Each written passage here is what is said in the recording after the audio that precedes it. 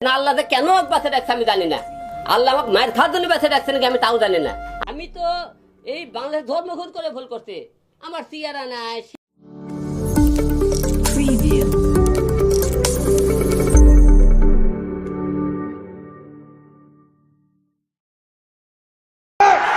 ভিডিওটি শুধুমাত্র তোমাদের বিনোদন আর মনোরঞ্জন করার জন্য আর কিছু ভিউ পাওয়ার জন্য, তাই এটাকে সিরিয়াসলি নিয়ে খারাপ কমেন্ট করে আমার পিছন মেরে দিবেন না। হ্যালো বন্ধুরা, আপনারা সবাই কেমন আছেন? আশা করি সবাই ভালো আছেন। আজকে একটা নতুন ভিডিও নিয়ে আপনাদের মাঝে হাজির হলাম। আশা করি ভিডিওটা আপনাদের সবারই ভালো লাগবে। আজকের ভিডিওর টপিক হলো হিরো আলম সমাচার। কিছু হবে না, কারণ আপনারা সেটাকে রাতের করলাম না। আর কাজ বিচার দিস, তোর তো মায়ের কম আছে, তোর মায়ের আরো বেশি দেওয়া লাগবে। তুই যেরকম পাগলামি করিস সেরকম পাগলামি মানুষ করে। শালার ছাগল কোথাকার। কথা বলবো না আপনাকে নামে, আজ থেকে আর বোবা হয়ে থাকবে হিরো আলম। দেখবে আমি বিশ্বাস করি না। বলেন না আল্লাহ কেন বাঁচে রাখছে আমি জানি না। আল্লাহ আমাকে মায়ের খাওয়ার জন্য বাঁচে রাখছে নাকি আমি তাও জানি না। না আল্লাহ কেন বাঁচে রাখছে আমি জানি না। আল্লাহ আমাকে মায়ের খাওয়ার জন্য বাঁচে রাখছে নাকি আমি তাও জানি না। মানুষ এত মারা মারলো, তাও তোর শিক্ষা হইলো না। তুই ভালো হবি কবে? তোর কি জীবনে লজ্জা হবিল? লজ্জা বলতে কি তোর কিছু নাই? আমাকে বারবার কেন মারতেছে, কিন্তু আল্লাহ আমাকে মারে ফেলে দিচ্ছে নাকি আমি জানি না, খালি মার খাইতেছে। তাহলে তো এটা আমাদের জন্য আনন্দের ঠিক আছে, বিষয়টা একটু ব্যাখ্যা করুন। Thank you so much. কিন্তু আল্লাহ মারে না কেন? পৃথিবী থেকে বিদায় করলে, কারণ আমি তো এই বাংলাদেশ ধর্মঘট করে ভুল করতে আমার এই বাংলাদেশ ধর্মঘট করে ভুল করতে আমার এতদিন পর গিয়ে বুঝলাম এটাও তোর ভাইরাল হওয়ার একটা ফোন দিয়ে।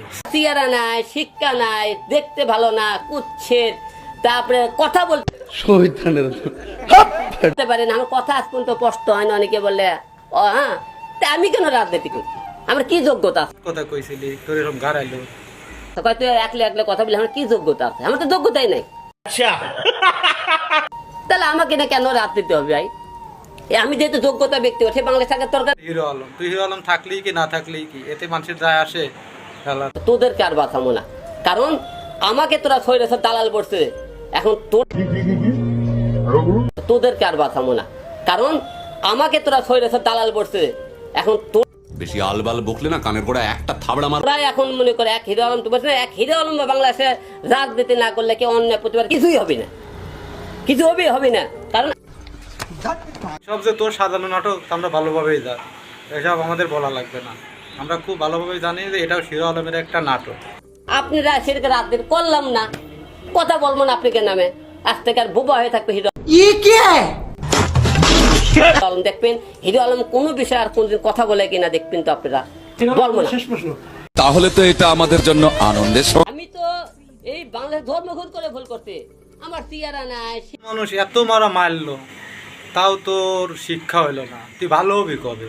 তোর কি জীবনে লজ্জা হবিল? শিক্ষা নাই, দেখতে ভালো না, কুচ্ছেদ, তারপরে কথা বলতে পারে না। আমার কথা আজ পর্যন্ত স্পষ্ট হয় না। অনেকে বলে ও হ্যাঁ, বলেন কি না, আমি রাজনীতি করি, আমার কি যোগ্যতা আছে? হয়তো একলে একলে কথা বলে আমার কি যোগ্যতা আছে? আমার তো যোগ্যতাই নাই। নতুন খবর, হিরো আলম বলে আর রাজনীতি করবে না, আর কোনো নির্বাচন করবে না। ভাই আপনারাই বলেন, যদি হিরো আলম আর নির্বাচন না করে আর রাজনীতি না করে, তাহলে আমরা এই ভালো ভালো বিনোদন কোথায় পাবো? হিরো আলমের রাজনীতি মানেই তো আমাদের বিনোদনে ভরপুর একটা রাজনীতি। কারণ হিরো আলম ছাড়া আমাদের আর বিনোদন মেলে না। কারণ হিরো আলম হচ্ছে বিনোদনের ডিব্বা। আপনারা দেখেন হিরো আলম কি বলে, হিরো আলম নাকি আর রাজনীতি করবে না। হিরো আলমরা সবাই ধরে ধরে মারেন, যে জানতে পান শান্তি ধরে ধরে মারেন। এরকম মাল্লিবারকে হিরো আলম আর নির্বাচন করে? হিরো আলম খুব কষ্ট পাইছে ভাই আপনাদের ব্যবহারে। আপনারা এখানে হিরো আলমরা ধরে ধরে মারেন, কেউ হিরো আলমরা দেখতে পারেন না, যখন মন চায় তখনই মারেন। কারো কথাই বলতে পারে না, কোথাও যেতে পারে না, সবাই ধরে ধরে খালি মারেন। এরকম মারলে হিরো আলম আর রাজনীতি করবে? তাই সবাই হুমকি দিয়েছে আমি আর রাজনীতি করবো না। ভাই দেখেন হিরো আলমের মুখ থেকেই শোনেন। তুই বলে পাগলা হিরো আলম, তুই রাজনীতি করলেই কি আর না করলেই কি? তুই রাজনীতি করলেই মানে কারো লস, না করলেই কারো লস, এটা মনে করিস নাকি? তুই করলেও কিছু না, না করলেও কিছু না। তুই হিরো আলম থাকলেও কিছু না, না থাকলেও কিছু না। কিছু মানুষ যেমন আছে তেমনই থাকবে, এরকমই চলবে, এভাবেই সবাই থাকবে। ঠিক আছে?